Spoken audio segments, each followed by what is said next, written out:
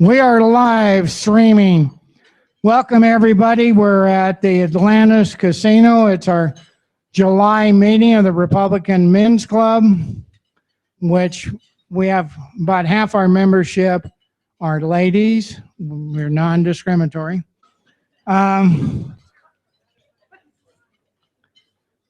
I'm going to have some announcements right now. The first one is I'm going to have Gary Martin, our vice president, go around and put at each table a flyer, and we want you to fill it out if you want to attend. What it is we're going to have at Tamarack Junction, we're going to have a large screen TV. All you need to do is order food and drinks to watch the first Republican presidential candidate debate, which ought to be interesting, especially with Trump being there. Please print your name and email. And we're trying to coordinate this with the Washoe GOP also. Another event coming up is First Friday, and that'll be August 7th. By the way, the presidential debate, it starts at 6 o'clock, and Fox is the one promoting it. Starts at 6, August the 6th. That's on a Thursday. Please fill it out. We need to know to justify for Tamarack to do this, whether you're a member or not. The next thing is John Holman. If you put up your hand, I know there's quite a few people that have come on as guests, first-time guests, which we welcome you. And if you like what you see, we'd love to have you join the Republican Men's Club right now from July until January, which is what our new year starts. It's only half price. Voting membership $17.50, $10 for associate, $2.50 for a student.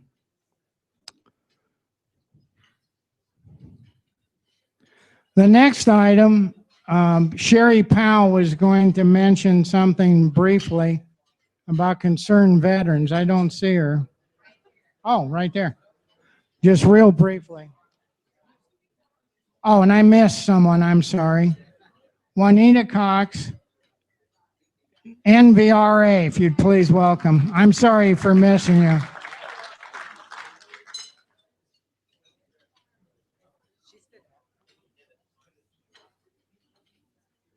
Who did I miss? Karen. Hello, everybody. I am here on behalf of Sterling Ingman. If you are bored, on August 14th, mark the day, we are having dinner for our veterans. It is totally free, 6 o'clock in the evening at the Nugget. The point of this is to show our support for our veterans clear from Civil War to present. So I hope that I can count on all of you and your clubs to support this event. But not only that, you'll save a few dollars so you can go to Adam Laxalt's event the next day. Thank you. Thank you, Sherry. The next announcement is about the Men's Club. And we're very proud to mark your calendars. Everybody have a pen. December 15th. December 15th. We're going to do the second annual joint club's Christmas party, and we're going to have Rob Archie again and his band. You remember last year was a great event. Everybody is invited. We think, it's not firm yet, but about $50 a person, which is reasonable because dinner, dancing, and just having a great time, because we are an educational club, and once a year we do a social event. Now, last announcement, Tessa, if you'd come up. This is Tessa Laxall. She's Adam Laxall's sister, and she's going to talk about the barbecue about the barbecue on August 15th. And by the way, September 15th, her brother Adam is going to be our speaker, the new Attorney General.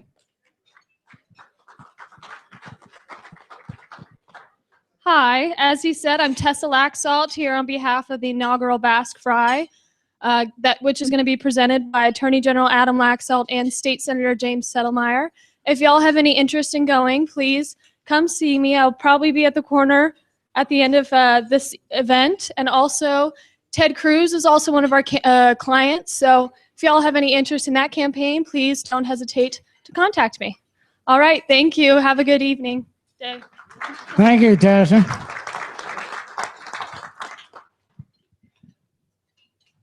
I believe that's all the announcements. Don't forget that Christmas party, and next month, it's the 18th, August 18th, is a luncheon meeting and speaker to be announced. Speaker to be announced. And we're working on some very interesting speakers in the future, which Tessa, because she's also with Robert Einthoven's campaign, and they are also have literature for Ted Cruz back there. We're nonpartisan here, so. All right, with that in mind, the first speaker that we have is Adam Kahn, and he's our new Washoe County GOP. And each speaker is going to speak whatever they're comfortable with, and then we're going to have question and answer, and I know there'll be a lot of questions. Adam, everybody welcome Adam.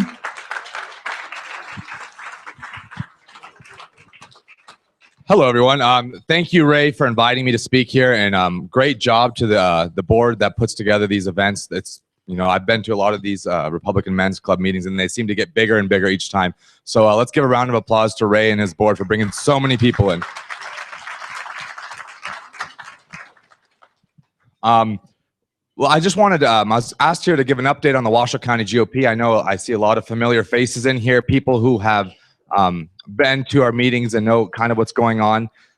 Just briefly on what I'm doing personally, and what I'm working on is we're trying to do the website and make it more modern, more easy to use, and we're trying to optimize it for search engines. So people who type in certain words to Google, they pop up Washoe County GOP website, washoegop.org, pops right up. Hopefully we'll have that rolled out completely by our next Central Committee meeting, which will be in September. We still haven't decided the exact date, but we will have a meeting in September and again in November, which there will be emails out there for that. Another thing we're doing is social media. We're starting to vamp up. We're going to be holding workshops when the college Republicans are back in on campus. We're going to be partnering with them to hold workshops to teach people how to use Twitter and Facebook effectively. I know a lot of people in here know how to use it, but we're going to try to make sure that we know how to use it effectively, how to use hashtags appropriately, and how to make sure that we really get the most out of our tweets and our Facebook posts. We also have a caucus coming up that is going to be very important. We're waiting for some rules to come out from the state Central Committee.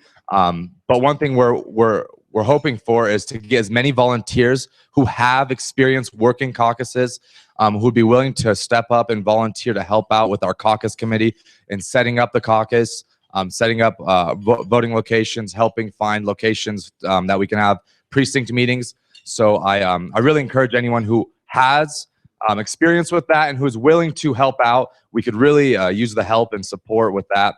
Also, we have a lot of standing committees that we still need as many members as possible. If you are part of the Central Committee, we're going to be really starting to emphasize that in our bylaws it says that you need to sign up for a committee. And we really want as many people to be involved.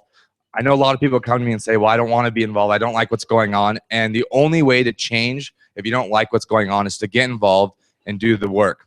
I remember a poster, and when I was in, third grade, there was a poster in my third grade classroom, and it said, success only comes before work in the dictionary. And that's absolutely true. If you want success, you have to work very hard for it. And so everyone who's, I love the amount of enthusiasm and support that I'm getting from so many people, and all the emails and phone calls saying, you know, they want this and this should happen and this is great. And can you believe Hillary Clinton is this? Which I love those emails. But if you really want to help out, I really would ask you to be involved. I need all of your help. in 2016. It's a very, very important election. Another thing we need to start doing is we need to be hitting our friends who maybe don't vote, who are discouraged Republicans, and let them know that the Republican Party is the only option in 2016. The Democrats have Hillary Clinton. We've had we're going to have 8 years of President Obama, who's been tearing down our free market system here, has no regard for the rule of law, who doesn't believe in American exceptionalism. And that's what we've had for 8 years. And we've made a joke of America to the world stage. And what the Democrats have given us as an alternative to President Obama is Hillary Clinton. And that's just not possible. There's nothing that could be more disastrous to American prosperity than Hillary Clinton. So Ray was saying that you're nonpartisan here. I don't believe that because there's a Republican in your club name. But I know we're lucky. A lot of people think that, oh my goodness, everyone is running for the Republican presidential nominee, and they think that's a bad thing. But I see it as an opportunity to show Americans that you have a choice in the Republican Party. It's not just Hillary Clinton and Bernie Sanders. That's not our choices. We have over 15 great Republican candidates. And being in Nevada, we have a very good opportunity to not only meet these people, but to have our vote count. We are the first primary in the West Coast. We're one of the earliest in the nation. And we could set the tone for the upcoming election. If we vote one way or another, we could gain momentum for a candidate. So if you really, truly love one of the candidates that are in the race, you need to get involved. Tell your friends, you need to vote Republican. Get them to register Republican. I know a lot of people are telling me, well, I am a Republican, but I just don't like what the Republican Party's doing in Washington, D.C. I'll vote in the general election Republican, but I don't want to register. But you need to tell them that they cannot vote in the primary unless they're a registered Republican. So tell your friends to register Republican, have them come into the office, talk to them, be proud to be a Republican. Right now we have this thing, it's like reluctant Republicans, and we're afraid to be Republicans. And your friends might be saying, well, I'm not a Republican because I believe this and this. If your friends believe that government is more often the problem than the solution, they're Republicans. Tell them that if you believe in individual responsibility, and if you believe that you know how to raise your kids the way you should raise them, and the government shouldn't tell you how to raise your kids or how to spend your money, you're Republican. There's a few things that we argue on. There's semantics that we argue on. There's how far do we go with our beliefs that we argue on. But if you believe that the government that governs least governs best, you're Republican. So I ask everyone to get their friends involved. Tell them to take the Republican challenge. We've tried Obama for 8 years. It hasn't worked. It can't get worse than this, is what people say, but tell them it can. Hillary Clinton has said numerous times the direction she wants to take this country, and it's not good. So I know I was supposed to talk about the Washoe GOP, but the only thing I can tell you is to get involved. Come by the office right across the street here. We have some goals. We're going to be having that office open a minimum of 40 hours a week. That's our goal by the end of the year. We're going to be having that staff next year, hopefully even more than that. 2016 is so important, and Nevada holds a pivotal role in deciding who's our next president. Lastly, whoever you are, I know there's someone up here that just talked about Ted Cruz, and I know we're just talking about a few other candidates up here. And Ray mentioned Donald Trump. Whoever you like, get them elected. And if they don't become the nominee, I ask that everyone get together and vote for whoever the Republican candidate is. Because I can tell you that Hillary Clinton is the worst thing that can happen to this country. So please, please, please vote Republican, get involved, go to washoegop.org to volunteer, figure out what's going on, or come by the office. Beside that, I'm looking forward to meeting and working with all of you in 2016, and I look forward to your questions at the end. Thank you so much. Thank you. And I just wanted to reiterate, I didn't mean nonpartisan. I meant that we don't endorse any candidates at this point. So a slip of the tongue, my one error for the year. And again, I remind you, Gary is here. We sure like to know how many want to see that together, because the national party is putting together a neighborhood watch program, just small groups at your house, to invite Republican, non-Republican. I'm trying to work with Greg Baylor to encourage this, so is Adam. And that's why we're trying to encourage just watching the debate. With that in mind, we have two assembly persons, Jill Dickman, Ira Hansen. And with that in mind, they're on.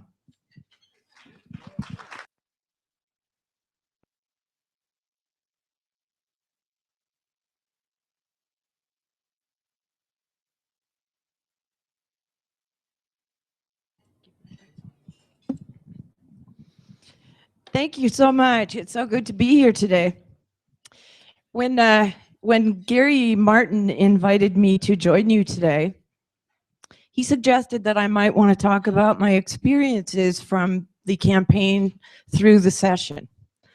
And I said, I wasn't sure how interesting that would be because the campaign was pretty much walk, knock, talk, repeat. But the thing that stands out most from the campaign was the hundreds and hundreds of people who said to me, I really like what you're saying, but why should I believe you? Because politicians lie to us all the time. And, actually that's probably the biggest reason that I ran in the first place, because I was tired of helping people get elected I'd work for them because they talked like we had shared beliefs, and then they would get into office and do kind of the opposite. And that's pretty much what we got in this session. So I'm pretty pleased to report that I did keep my word.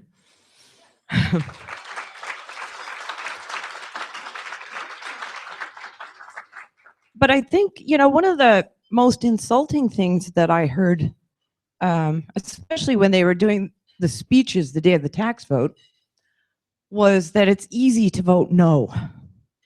And I'm here to tell you, it's not that easy to go against a popular governor and all their lobbyists and all the pressure. But when you stick to your principles, you can ultimately do what you said you would do. And the thing is, we have 17 counties with platforms. And in every one of those platforms, plus our state platform, plus our national platform, there's 3 common core principles: lower taxes, smaller, more limited government, and more personal liberty and responsibility. So when you run as a Republican, even if you didn't specifically campaign on those, it's just understood that that's what you're going to do. And if you disagree with that, if you believe in larger government, if you believe in higher taxes, that's fine, that's your right, but then run on that, and be honest with people. But in my opinion, if you don't agree with those 3 core principles, you might not agree with everything in every platform, but if you don't agree with those core principles and you're not willing to fight for them, there is another party that might just be a better fit.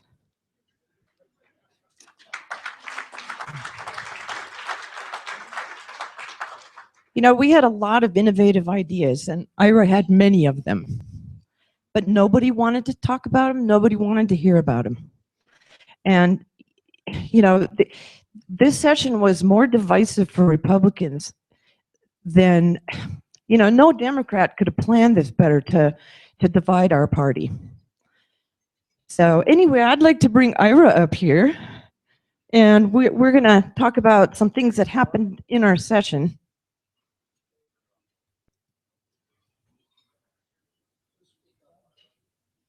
One, two, three. Huh?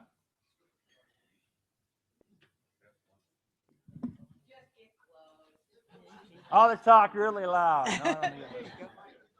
You got another one, right? Yes. Hi, there we go. Hi, everybody. Well, it's fun to be up here. Jill and I are working as a team. This is our second go-round working together. So I'm standing here just to kind of help coach. And when she runs out of stuff to say, she looks at me, Ira, what do you think we should do here? As many of you know, I did talk radio. I used to do a 3-hour show every day. So sit back. We're only going to do an hour and a half or 2 hours today, so won't be long. I guess for me, where I wanted to start was, okay, this was my 3rd session. So I had 2011, 2013, coming into 2015. As you know, our goal, we had 15 members in 2013 that were Republicans in the Assembly. Our goal was to get to 18. My goal was to try to get Jill elected in District 31, which was held by Skip Daly, even though we had a slight Republican majority there. That was my goal. That was my responsibility from the caucus. Lo and behold, we have this phenomenal election cycle that nobody saw coming, a national trend, but also here in Nevada, we went from 15 in the Assembly to 25. We became the majority. We didn't anticipate that, so there were some questions about what we should do. What we really didn't anticipate, though, was that once we got into the majority, that we would pass the highest tax increase in Nevada history with Republican control of the governor, the Senate, and the Assembly. Ira, how many people campaigned on that platform? None. Well, that was the funny thing. As you all know, we had question 3. Question 3 was defeated by 4 out of every 5 voters. And I'll bet you among the Republican voters, it was closer to 5 out of 5. So we definitely had a clear mandate. There was no debate about it. Nobody wanted not only a margins tax, but I think there was a real hesitation to have any increase in taxes. Now, as most of you know, the whole tax increase package was sold on the basis of educational reform. We're not spending enough on education. If you were down there, you would see that was the whole argument. So I'm the kind of guy that does my homework. So I went and found out, okay, how much are we spending? What's the trend? You know, how effective have the money been invested that we've already been paying? And a question for all of you. How many knows, and Tom, don't you dare answer this since you did last time. How many knows how much we spend per year on K-12 education in Nevada? Good guess, but you're actually way low. We spend $4.2 billion a year, $8.4 billion on K-12. And the reason I bring that up, now I must throw out a few numbers. When 2013, the end of that session, our state budget, the entire state budget was $6.5 billion. Okay, how does that add up? Well, when you add up the state, which is about a third, you're correct, about a third of total K-12 spending, and then you add up how much you pay locally, all your property taxes and their room taxes and stuff, that's almost 2/3, and then the federal government pays about 8%. That's where that money comes from. If you look at the trend, and I went back and did a 30-year analysis, and we adjusted it for inflation, we have doubled per pupil spending in Nevada. That $4.2 billion, that comes just a hair under $10,000 per pupil per year. Problem hasn't been spending. That is not this issue at all. Plus, if you go back, the last big tax increase was 2003. And if you recall, you had a very similar scenario. You had Kenny Gwynn elected in 1999, who ran as a very conservative Republican governor, right? 2001, he gave a great speech about holding the line on spending. 2003, though, after his second election cycle, he comes up with, at that time, the biggest tax increase package in Nevada, $980 million. And there was a big fight about it. In fact, Don Gustus at the time was an assemblyman. He was one of the mean 15. These guys held the line. Finally went to court. The Nevada Attorney General actually sued the Nevada Legislature for not doing its job. Does anybody know who the AG was at that time? Brian Sandoval. Brian Sandoval, that's right. The Attorney General, Brian Sandoval, sued the Nevada Legislature for not doing its job, basically. And he won. The Supreme Court basically said they had to do it. Make a long story short, one guy out of the 15 finally gave up and ended up with 14. 15 is that break-even point. And they ended up with an $800 million tax increase, almost every penny of which was earmarked for educational spending. Now, at that time, Kenny Gwynn was governor, and if you go and look at his 2005 State of the State speech, he says right in it, he sets up a whole series. He promises all these metrics on spending, all this accountability.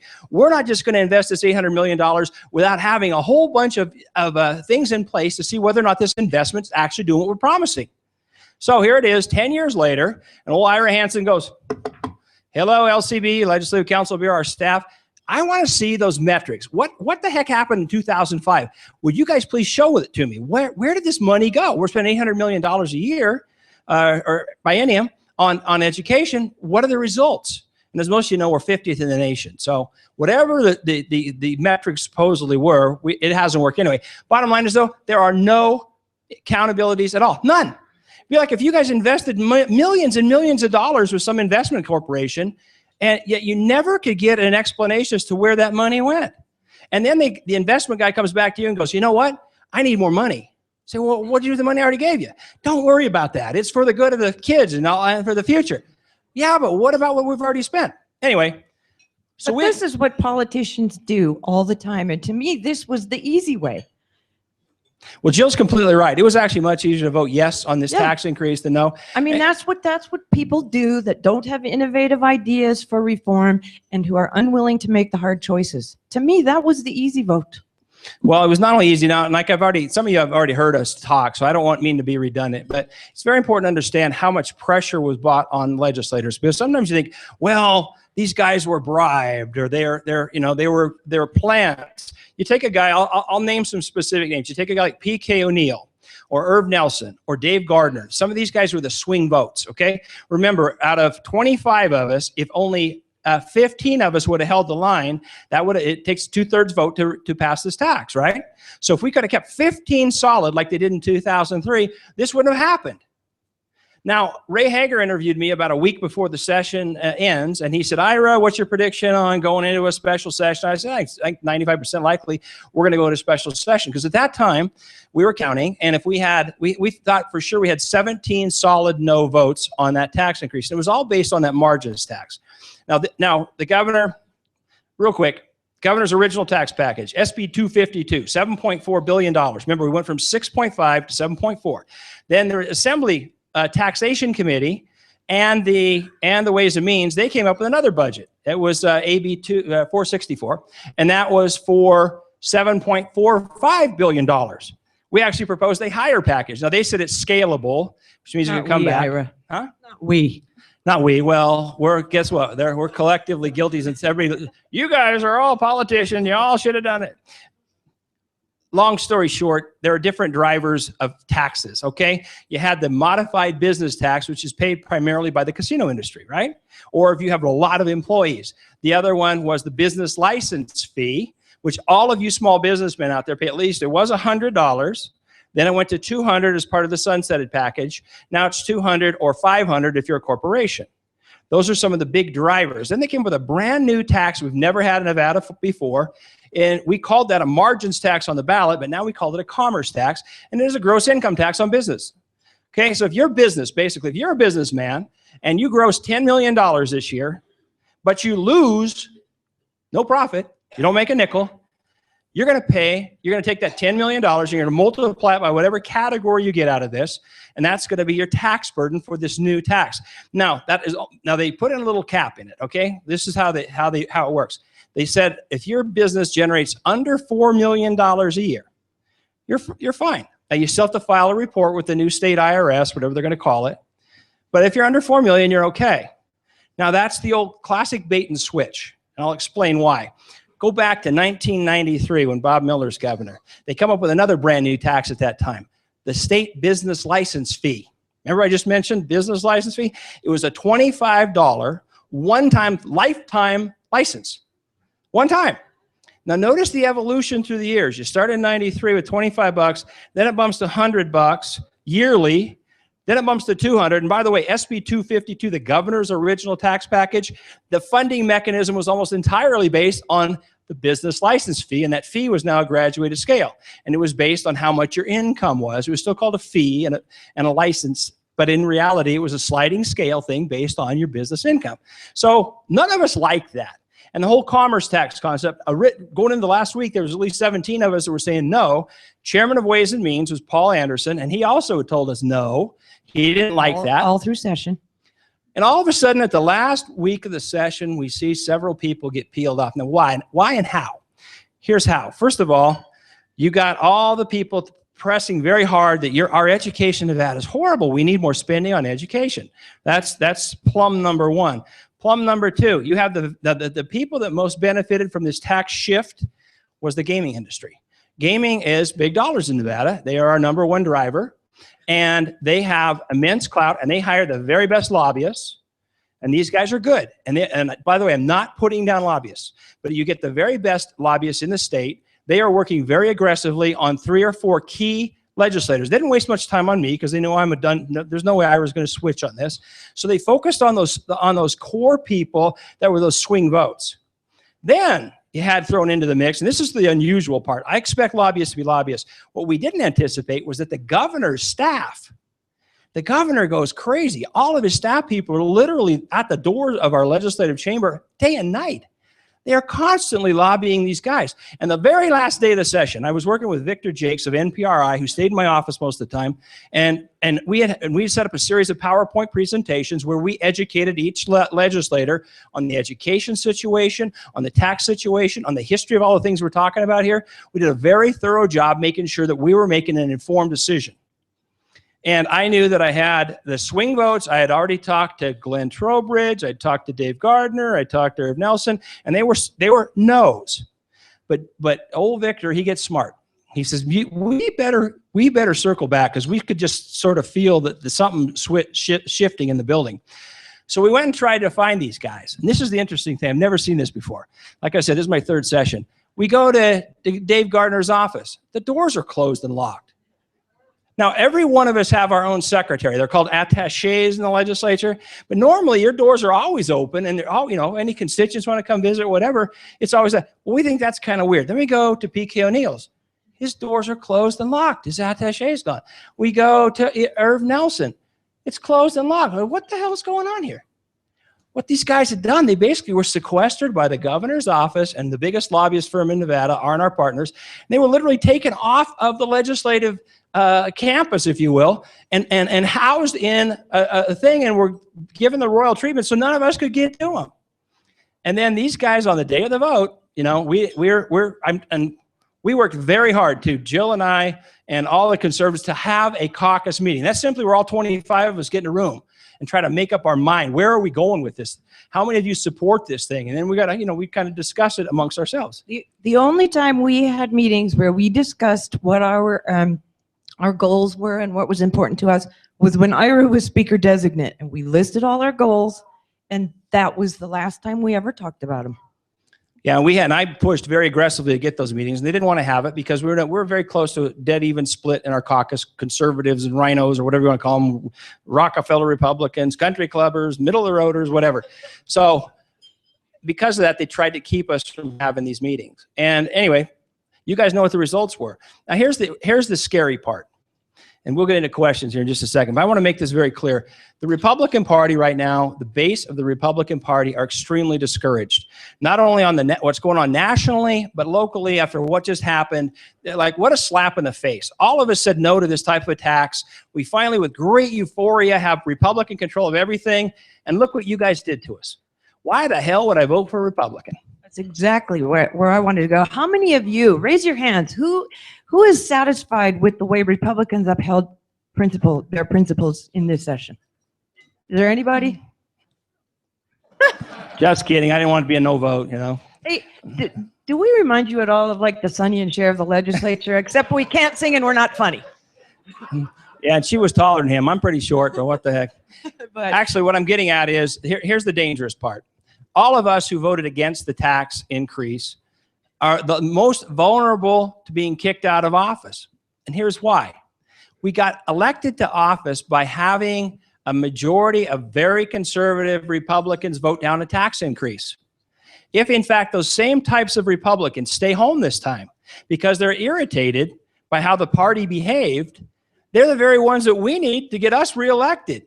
In other words, the middle of the road to left-wing type leaning Republicans are the ones that are going to show up in the ballot box, re-elect the very people who just passed the tax increase, and the more conservative ones are going to lose an election cycle if, in fact, what I see right now, all things being equal, the likelihood of those very conservative voters staying home and not voting all, that's a strong possibility. or switching. I know of so many people who have switched their registration from Republican to nonpartisan or libertarian or IAP.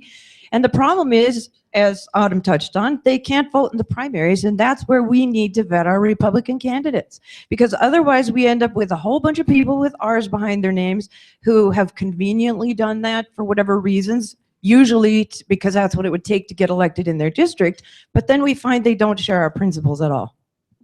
Absolutely right. So anyway, I've talked long enough. We'd love to open it up to questions. I'm sure you have plenty of questions. So here in the back, sir, we'll start with you.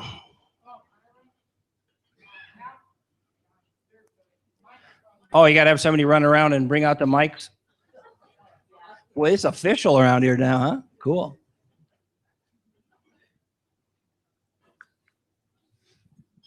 You don't have to run around on mobile.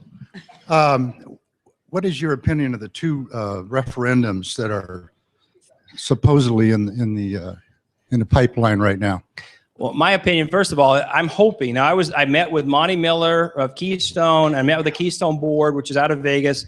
I met with Kermit Waters, if you guys remember the Pistol Initiative on eminent domain, working very hard to get those guys together to work on a referendum on the commerce tax itself.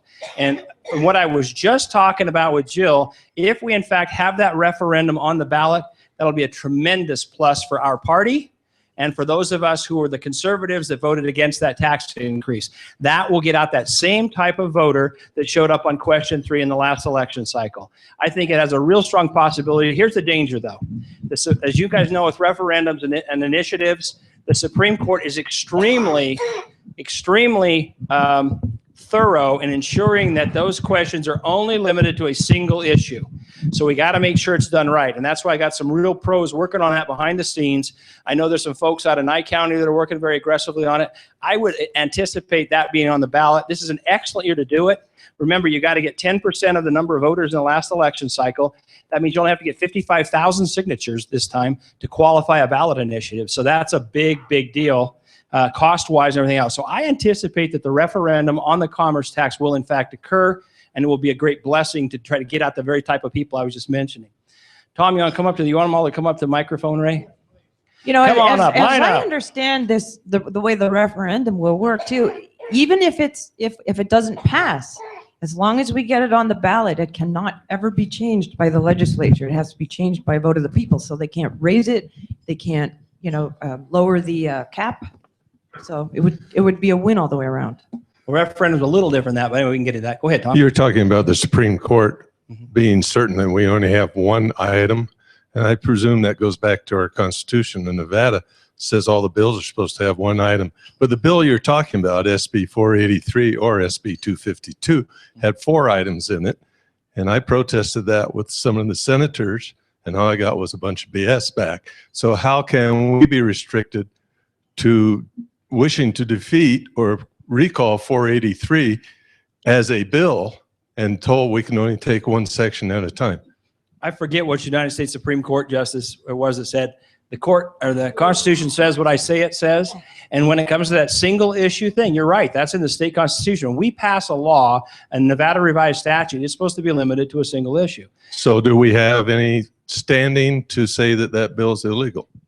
You might, but I think we get defeated because they have vetted that in certain ways, and the legislature and the has. Supreme Court, from what I understand, has ruled on this, and they said that in their ruling, they said it's different for the legislature, and of course I disagree, but because we get to debate a bill in the legislature and we can make amendments to it and things like that, whereas on a referendum, it is what it is. But once again, the Constitution says.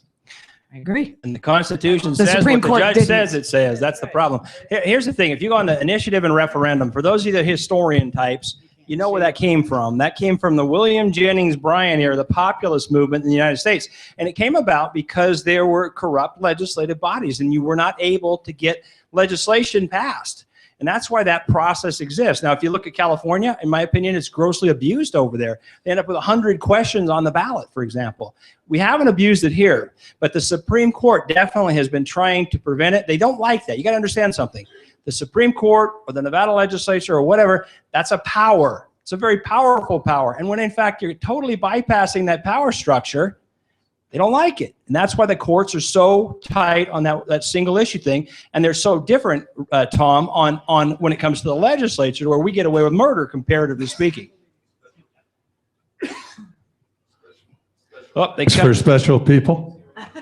Kind of. Well, you remember, now we do elect our Supreme Court justices, and that's one of the questions you No, I'm ask. talking about the legislature. Oh, yeah, we're special, don't you think? I'm a plumber, and Jill runs a machine Yeah, but you shop, so- understand that everything flows downhill. I do, and I won't say it, but I recognize it when I see it. Well, bet you do. Bob, you're up. I'm changing from taxes to school choice, the voucher, which, by the way, that was a pretty historic bill. There was some really great stuff done. SB 302. Yeah, I've just got one question, and actually the Reno Gazette-Journal ran an article in the last few days on this that was pretty good. Why is there a 100-day attendance at public schools a condition precedent before sending your kid to a private school? Because you've got a lot of folks that have kids in private school now that cannot get the funding. What was kind of the thinking? I'm assuming there was thinking behind that 100-day condition precedent. On that. There was thinking. I don't know the specifics on that. I wasn't on the education committee. My guess is it was something that they had to do to sell it. You got to understand, you got to get the votes to pass those things. SB 302, honestly, we kind of snuck it through. It didn't get the real thorough vetting, and that's why at the very end, Scott Hammond, a senator from Vegas, did a great job getting that bill through. Now, here's the real problem with it. If you follow those same issues in other states, in Colorado, they had a similar law. And of course, immediately it's teachers union, which they're going to do here too, sued, claiming that, well, it's not right. You can't use any kind of tax dollars in any kind of religious institution. And they successfully blocked its implementation in Colorado. I anticipate they're going to do that too. But as far as your specific question, the 100-day thing, I think that was probably there as to help sell it to the people, to get it through the Senate. Our Nevada State Senate, the Republicans were surprisingly liberal, just so you know. We had a bunch of them that were. Dawn was not. No, Dawn definitely is not. There was Dawn who was not, Settlemyre was not, Gokichia was not. And Hammond actually was pretty darn conservative this go around. But the rest of them, I could name them, but I won't. But they were surprisingly, by our standards, very liberal and did not follow our platform, our traditional. You're not talking about that senator who killed Campus Carey, are you? Oh, I'm talking about Greg Brower. Yes, I will. And I'm very specific about that. I think that was a total disaster. Absolutely. So you're right. I Why let him almost off the saved it, hook? but Let's not let him off the hook. No. I was thinking more of the Vegas guys. But yeah, Brower, I mean, he was a remarkable disappointment. He was chair of judiciary, and so was I. And he killed a bunch of great gun bills. You know, finally we got to a position where we're going to have campus carry, which we've been fighting for years and years, which he had voted for in 2011. Wouldn't even give it a hearing. But anyway, back to your question. What I had heard was the reason that they had to put that in there to get it to pass was because it would mean fewer students would be able to take advantage of it. And they didn't, you know, it was going to cost a lot of money, and, you know, they didn't want everybody mass exodus. Yeah. That's what I mean. That's the sales point. But the thing is, you know, what I've been hearing from private schools who are concerned with all the money that they're going to lose in the first semester when they have all their students leave to go to public school. And imagine what it's going to do to the overcrowded public schools to have to absorb all these students. So to me, it was a terrible idea, but that was the only way it would pass. Terrible idea, the 100-day thing, not the bill. Yeah, the 100-day. I understand. We all were very pro school choice, Yes, and when that was one of the best bills that came out. Construction defect, that was another great one that came out. Yeah, so I don't want Ira's to rain on baby. everybody's parade. There were some good things that came out of this session. Unfortunately, it's been totally overshadowed by the tax increases. Ken, you're up next. Well, thank you for recognizing me, Ira. Not know well I known. get your 300 emails a day almost. I appreciate that. And that's where it really is. You know, we're a room full of kindred souls here. But amongst these kindred souls, there's an awful lot of people that just say, well, what are we going to do? What are we going to do? And I'd say that we have 86,000 Republicans in this county. And if we don't knock on their doors and tell them that they need to stand up and be counted as Republicans, not as, I don't want to get my neighbor upset. You don't want to get your neighbor upset, then why don't you just get up and leave? Because we can't get in charge of this until that. We had the majority in both houses. And every time I went down to Carson City and I ran into some of my less serious Republican friends who said, Ken, you just have to understand. And when it came to the business tax, our former minority leader told me, well, it's a good deal because Ira and I got exempted out because we don't do $4 million a year. Now, he may be wrong. I think you're one of the better plumbers in the world, so hopefully you're doing more. Plus, you need the money. You got a lot of children. But it's, that's what... Ken, I wonder how many businesses are going to make sure that they fall under that threshold and decide not to grow bigger. There's a bigger issue with that too. Look, the argument is we need to broaden the tax base. Remember, you've heard that all the time. Yeah. Broaden the tax base. Just, you know, we have a very broad base one prior to this. But that tax, the way it's structured right now, only impacts about 9% of the business in the state of Nevada. That means 89%, or not, correction, 91% of the businesses aren't currently touched. Now, like I told you, remember we were talking about that business license fee, how that thing kind of changed dramatically going up? Count on it. That commerce tax is going to start going up. The threshold will come down first from 4 million to 3.5. And I mean, it'll be incremental over time. But one thing we didn't mention, there are 27 different categories of businesses in this thing. So if your business is whatever, manufacturing, you may pay, you have a multiplier of say 1.1 on your $4.5 million gross income. If your business is you sell cars, you do have a totally different multiplier. So you got to understand, and that'll be the other thing you'll be fighting about, changing the multipliers in these 27 different categories. It's a huge mess, it really is. Well, and as I got on that, excuse me, but which was the question for you, Jill, I asked you this on an email a month or so ago, you know, in the Gestapo, which is the Nevada IRS, which is the registration of all businesses. That's coming, yeah. That just leaves the door open for so many things. But what many people in this room probably saying, well, it doesn't involve me. I'm not a business in this state. I'm an independent businessman, but I'm not a businessman registered in this state.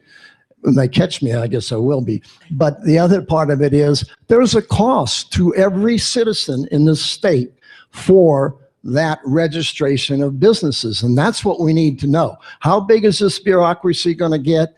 Who's going to administrate it? And when's it going to come to get you? Because that's where it's coming to. Well, guess what? Nobody actually knows that yet, how big it's going to get.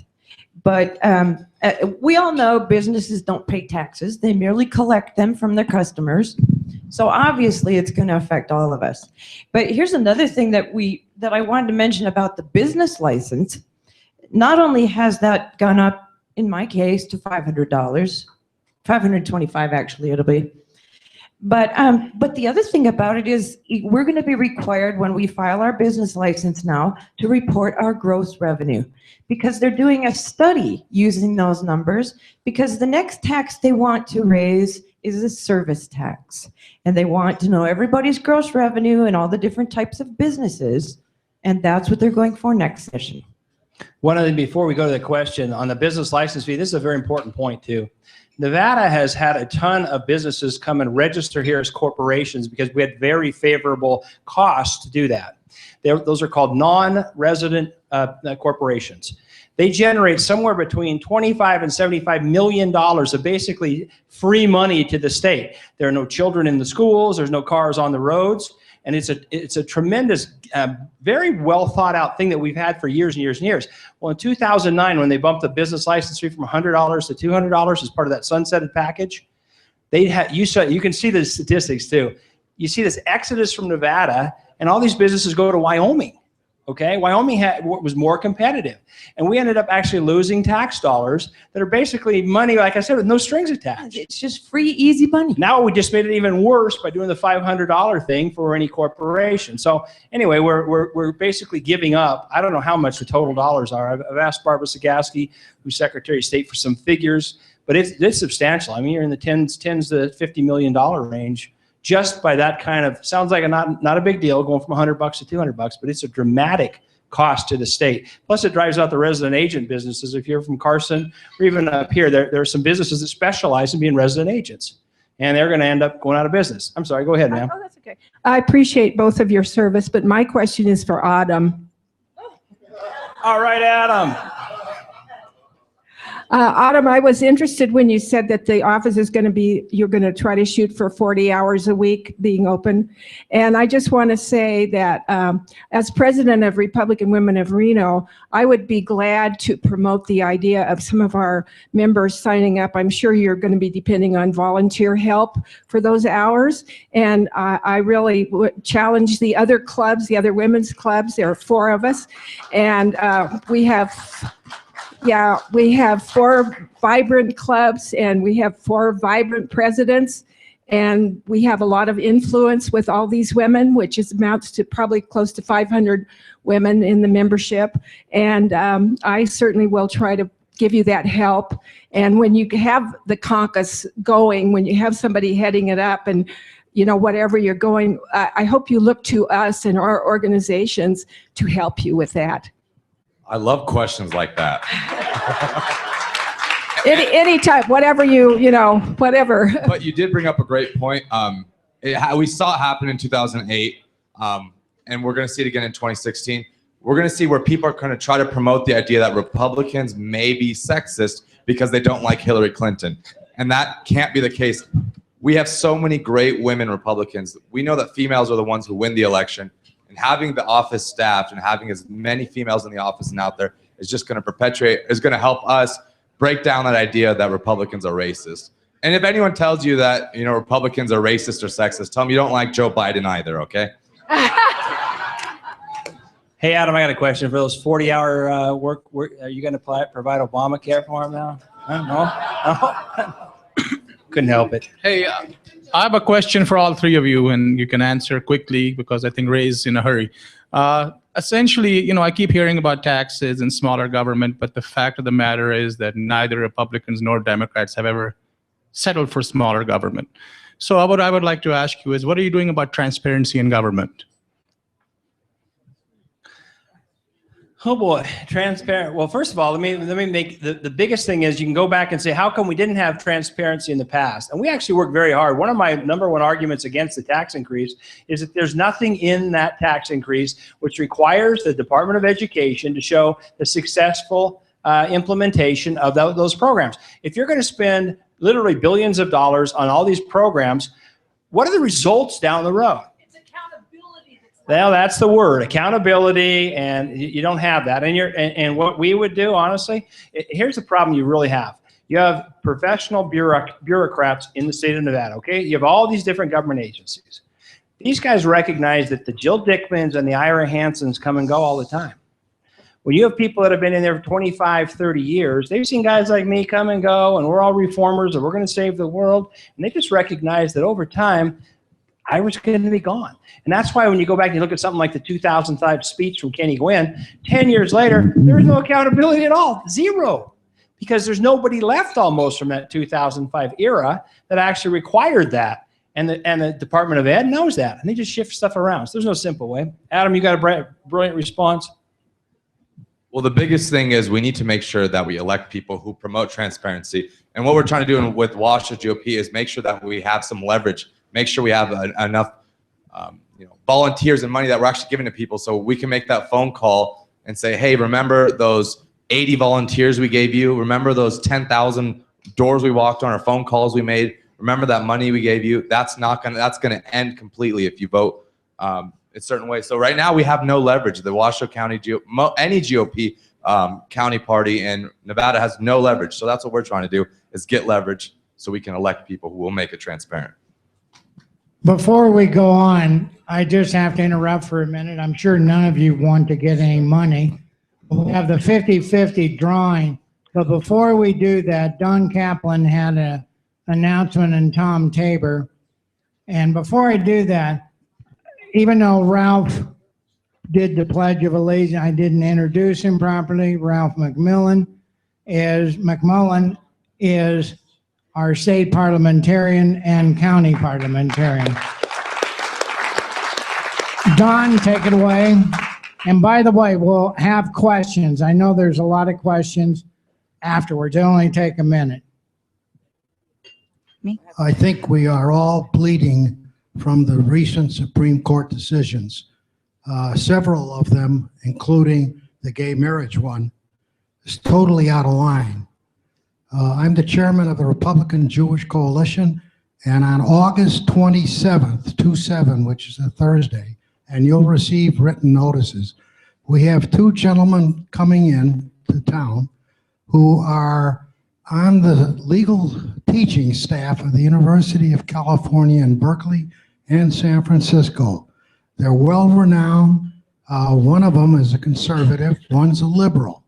The conservative speaks for the National Review. So they're both very well known, and they are going to debate the decisions. So and it will be here at the Atlantis. So keep that in mind, August 27th. Thank you. Thank you, Don. Tom, you had something you wanted to say too about Hyatt If Group? you would, the Silver Sage Political Action Committee put out a survey, excuse me, to basically what I call the core of the Republican Party, some 793 people. Our preliminary returns, I'm going to read the first 3 questions and the answers to it. But today I sent it out to 10,400 people in Washoe County that had their emails with the voter registrar. So we'll probably see a change in things. But first question was, considering the results of the 2015 legislature, would you support Governor Sandoval for a further election in 2016, 2018? 70+% said no. With regard to his endorsing a candidate, would you vote for that candidate? And we had 53% say no. And satisfaction with the policies of our governor, 44% said extremely dissatisfied, and the rest of them were over 50% were between neutral, dissatisfied, and strongly dissatisfied. That's the feeling of this party right now. Those are the facts. We'll see what happens with the other 10,000, and we'll see what happens 6 months down the road. But you people are actually coming out. If you haven't taken the survey, it should be on your computer. Please take it. But this is the direction that most of the people in the Republican Party are leaning. Thank you, Tom. By the way, Tom is program chairman for the Hyatt Group, which deals, they have good speakers, and his next meeting is the 2nd. The 11th. The 11th. Tuesday, 2nd, the 11th. the 11th, here at the Atlantis. Here at the Atlantis. Dinner meeting. All right. Before we take more questions, Carolyn's going to go for the drawing, and Adam, why don't you draw? Thank you, Ray. First, I have to share something with you, Autumn, that I heard about a year ago at an event in Incline Village. And it's an acronym, 5 W's, WWWWW. And what that means is, when women work, we win. So if you'll pick the winning ticket for us, we collected $162, and we'll be giving away $82 to someone today. So thank you for attending. 80, well, maybe I'm gonna give them $1 extra. I'm gonna hurt you, Ray. All right, reach in your pockets. Here we go. Number 4705208. Do you have it? We have 80, I'm giving $82 to you. That's why you have to stay to the end and not leave. Last chance, 5208. Reach deep in those pockets. It's there. I told you, there it is. I'll bring it over to you, Margaret. Thank you. Thank you, Autumn. By the way, drinks are on Margaret since she won. With this, I thank everybody for coming. We're not going to end the meeting. We're still live. Juanita Cox, that I missed originally, NBRA chairman's got a question for the Dog and Pony Show, and Adam. What's the dog? As many people understand, I've been very concerned about the Second Amendment. I found out through research that the state of Washington passed laws that now state of Nevada passed to, in my opinion, take away our right to bring in guns into the state. That passed, but now we've got a problem with the FFL dealers that are now required to basically put those gun purchases from another state that they did not get the money from. They're the taxation department's trying to force those people to put that in their gross receipts. The tax department has stated to one of the dealers that they would not take like a use tax from the purchaser of that weapon. What can business people do to take the responsibility back to the actual purchaser? Do you understand my question? Well, I think Juanita knows well because she came and testified for my bill, AB 316, where we tried to fix this. And here's my problem with the unelected bureaucrats that Ira talks about and how much power they have, because they put what's called a fiscal note, which means this is what they say it's going to cost the government if we implement a bill. They put a $2.6 million fiscal note on it, and therefore they wouldn't even take a vote on the bill in Ways and Means because there was no money to pay for that. Well, they didn't have to justify that number in any way. Right. So I don't know the solution. I've tried working with the tax department, and they said they would come up with a new form so that it wouldn't have to be included in the gross, but the tax still has to be paid. So I don't know, Ira, do you have any ideas? I mean, we have to come back in 2 years and try to do it. But. Yeah, you have to clean it up, although you may get a favorable ruling. Because honestly, there is a fairness factor in that. It's like, well, you guys are going to charge me that as basically a gross income, when in reality there's no income whatsoever generated. In fact, it costs me money to do these things. I recall the bill now that she brings it up. So I would assume you'll have some kind of ruling. But at the moment, you're a SOL, my dear. But how about that? But, you know, elect some Republicans who will stick to their principles, and we can get it fixed. Yeah, it should have gone this time because her bill, like she said, didn't go anywhere because of a false fiscal note, but that's not uncommon. And there's a lot of stuff. Ways and Means, a very powerful committee, handles all the financial stuff. There were a bunch of shenanigans like that, and shouldn't have happened under Republican control, that's for sure. That's right. Go ahead. Yay. Well, I'll just deal with you, Ira. Being the chairman of the Assembly Judiciary, and yes, I know who the chairman of the Senate Judiciary is, also my district, and probably won't be there next time. Does it bother you that 9 out of the numerous bills that went through the judiciary have already been determined by the United States Supreme Court as unconstitutional, specifically AB 110, on more than one occasion?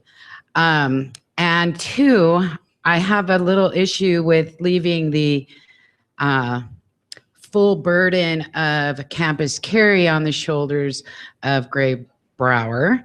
I believe there was a significant amount of others, to include Mr. Wheeler, who I did listen to on the radio show. Where okay, well, let me walk. Let's do that one. Okay. As far as the ones that are unconstitutional, I'm not familiar with any of our bills that have been AB 110. That actually has gone to the United States Supreme Court? Rule 11, absolutely. Okay, we'll have to talk about it. I'm not familiar with any court rule on anything that just came out of the 2015 session. The Wheeler question, that's an important one, because here's what happened. We knew I had several good gun bills come from the Senate. One was Senate Bill 175, which dealt with several good issues, came into my committee. We also had the campus carry bill, which had gone completely supported by the Republicans and one Democrat, and went to the Senate Judiciary Committee chaired by Brower. He wouldn't even give it a hearing, okay? Chairmen have immense power, and they can literally have a bill that passes the Assembly, and 100% of it support it. It can go in the drawer and never see the light of day when it goes into a chairmanship, into a chair's hands. And Greg did that with campus carry, to our horror. So what I did was I amended basically the same bill into one of the Senate bills, which was 175. I amended 240, which is campus carry, into it. And I got it passed out of my committee, partisan vote, although I think Orange all voted for it, one Democrat. Came to the floor, and then Wheeler, in my opinion, got fooled by Roberson, because they said, well, we don't want to kill 175. It's got a lot of good stuff in it. Well, we also had another Senate bill, which is, I think it was 240. I'm starting to get some numbers. Anyway, we got another bill. So what I did was I amended campus carry into 175, and then all the good stuff in 175, I also amended into another Senate bill. So we had basically two drivers of the good stuff, because I knew they'd probably play some partisan hardball on 175. So when we got it to the floor of the Assembly, Assemblyman Wheeler decided to be clever, and he and several of my Republican colleagues teamed up with the Democrats and voted against allowing that amendment that I had got out of Judiciary to be attached to Senate Bill 175. And he did so on the basis of supposedly saving the good stuff in 175, but like I said, I'd already amended into another. And then what he did was he had made some deal with Mike Roberson, the Senate Majority Leader, to where instead of it going to Brower's committee, it would go to Government Affairs under Pete Goycochea. That's what he came and told me, because I was extremely upset. I thought, what in the hell are you doing? I was there when you met with blew it. Goycochea. Yeah. Pete was very happy to do it. Yep, But- Pete would have. But guess what? Guess what never happened? In fact, Senator Roberson put it right back into Brower's committee in the last few days of the session, and it died without a hearing. So campus carry, for those of you that follow those gun issues closely, that was a huge, huge loss for us. And yeah, I would definitely hold that on Jim Wheeler's shoulders for trusting a guy that you don't trust. But anyway, that's a real heartbreak for me, by the way. And it is, and Ira did everything he could. But in Wheeler's defense, I have to say, and maybe Don would back this up, they made it clear and I would say it's because they hate Michelle Fiore, that they were going to defeat that bill no matter what form or how it came to them. I would accept that, except one thing. You also had a campus carry bill that was sponsored by Ben Kiekeffer. So the Senate actually had a campus carry bill that never even got out of the Senate. So in fact, they did have some vehicles. And the reality is there wasn't just hating Michelle Fiore. There was, these people didn't want to do anything controversial. Another classic one was parental notification. I mean, for those of you who follow that issue at all, I mean, this is if your daughter or granddaughter in our cases, for the daughters though, if they are going to have an abortion, the parents simply have to be notified. There's not parental consent, but simply notification. Now keep in mind, when my wife took our daughter down to get her ears pierced, my wife had to produce a photo ID driver's license and my daughter's birth certificate. If your daughter goes to the school nurse to get an aspirin, they have to get permission from you. But you can have never mind the morality of it, you can have a very invasive medical procedure like an abortion, and your parents don't know anything about it. And we got it out of the Assembly. Every single Republican, I might say, even though there's a lot of heartburn over being asked to vote for it, all of them supported it. And when it went to the Senate, we couldn't even get a vote. We did some really strong things. We got it out of Brower's committee again, and we got it into Senator Hardy, who was pro-life. And we made some tremendous efforts. The Catholic Church, the Protestant groups, the Mormons, the Jews, there was a lot of different groups that came together on that. And worked very hard. And that, by the way, talking about polls, those polls, 70% of the American people support parental notification. Among Republicans, it's like 85%. Even among the Democrats, it's over half. It's it's a win-win type of a thing. So anyway, I don't want to. And what about voter ID? Oh, yeah, it was Jill's bill. I mean, another bill of mine that didn't get a vote in Ways and Means because DMV put a fiscal note on it. But what we heard behind the scenes was that the governor didn't want any of those controversial bills crossing his desk because he didn't want to have to sign them or not sign them. That's right. He didn't want me to do that. Campus carry was one. Parental notification was another. Voter ID Photo was ID another. was one for voting. Those are all. You can trace that right back to the Republican governor. Those are, that's another one that polls. There were 3 polls done, and they all showed that over 70% of Nevadans support showing ID to vote. Now that includes an awful lot of Democrats, right? Yeah, it's another win-win. But anyway, that was the frustrating thing was here we had all the, if you read the Republican Party platforms that you people helped put together, you'd think there'd be at least some elements of that would go forward. I got to tell you, the classic example of that right now, if you compare Nevada to Wisconsin, okay? The reason I bring that up is you had Scott Walker elected governor there. At the same time, they elected a Republican Assembly and a Republican Senate in a Democratic majority state. And what did Walker do? Walker did all these amazing reforms just like he promised he would do. And then he faced a recall election. The unions were extremely aggressively against him, and he survived the recall. He won re-election, and the really interesting part is, in a Democratic majority state, he returned majorities in the Assembly and the Senate. Now, if you think after what we just did that you're going to see majorities of Republicans in the Assembly and the Senate next time, I just don't anticipate that. I hope I'm wrong. I really do. But just that's a very I hope I'm interesting wrong comparison. too, because we need people like Ira chairing committees, and if we don't get the majority back, we lose that. It's frustrating. Well, you know, we could have got the majority back, like it did in Wisconsin, right? You know, there's a proven track record because we have right now we have a Democratic majority state. So, you know. But that's why I'm asking you all, please talk to your friends and neighbors. Don't let them change their registration from Republican. Bring them back in, because if we give up now, it's going to be even worse next time. Well, I know we got kind of a downer message, which I apologize for. But believe me, the nice thing is you kind of know who your friends are now and who your enemies are. The guys that will tell you what to your face, but then vote totally different. And you know, my original point about guys like Herb Nelson or Dave Gardner being good guys, you got to understand one thing about the legislature. It is a bubble. It is not the real world. And when you're down there, I'll give you want me to shut up, Ray? One last point. That's that 3-hour thing. I apologize. One very interesting thing is we have, in a really controversial bill, we might receive 200 individual emails from folks in the state of Nevada, okay? If you get 50 emails on an issue, you go, wow, this one's a pretty hot issue. There are 3 million people in the state of Nevada, okay? We don't receive, as legislators, we receive almost no input from the average voters out there.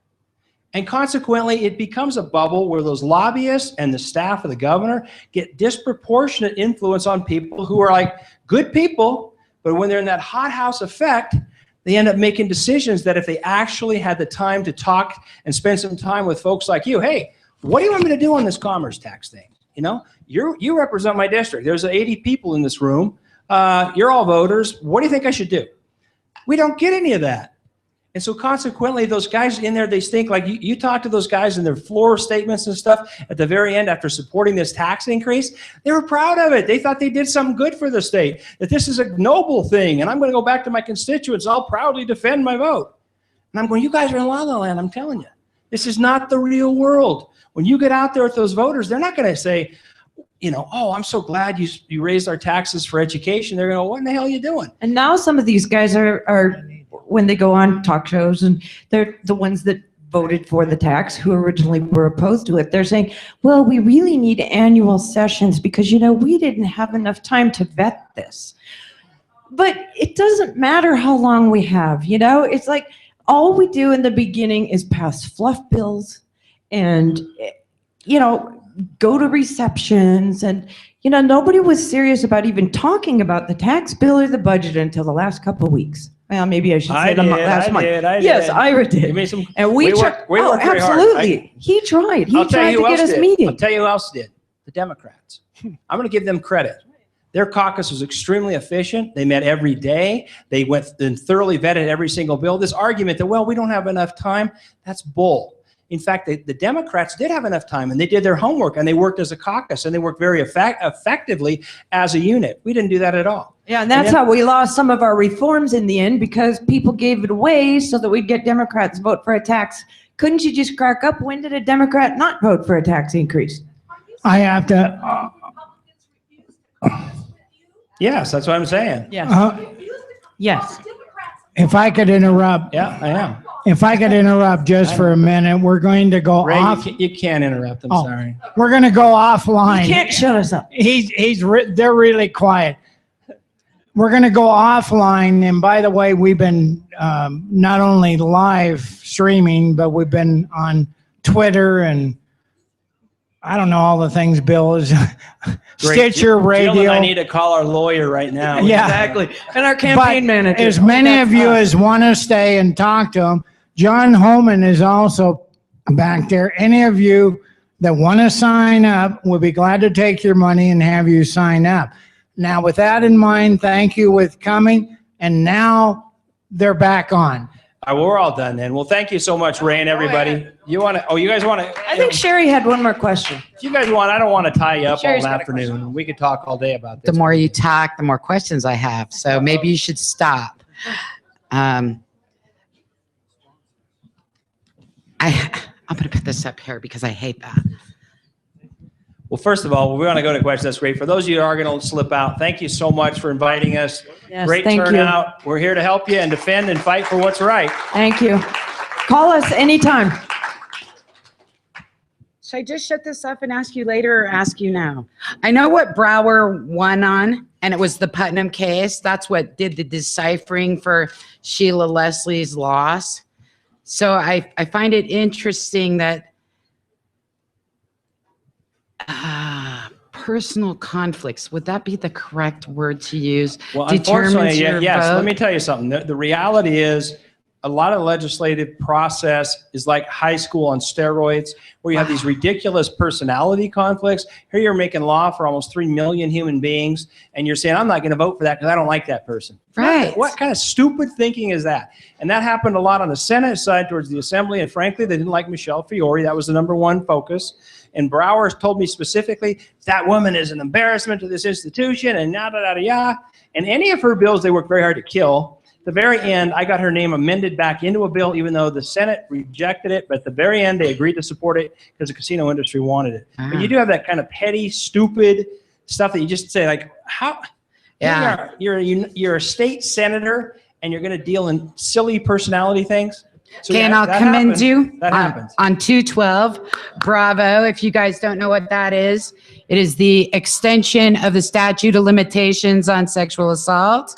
Oh, good. Hooray. We got that through. Yep. That's And right. when does that take effect? I'm curious. Oh, I don't even know. You have to look at the date on it. Well, thanks, everybody. If you want to talk to me, I'm around. So thank you. Thank you so much. I appreciate all your support.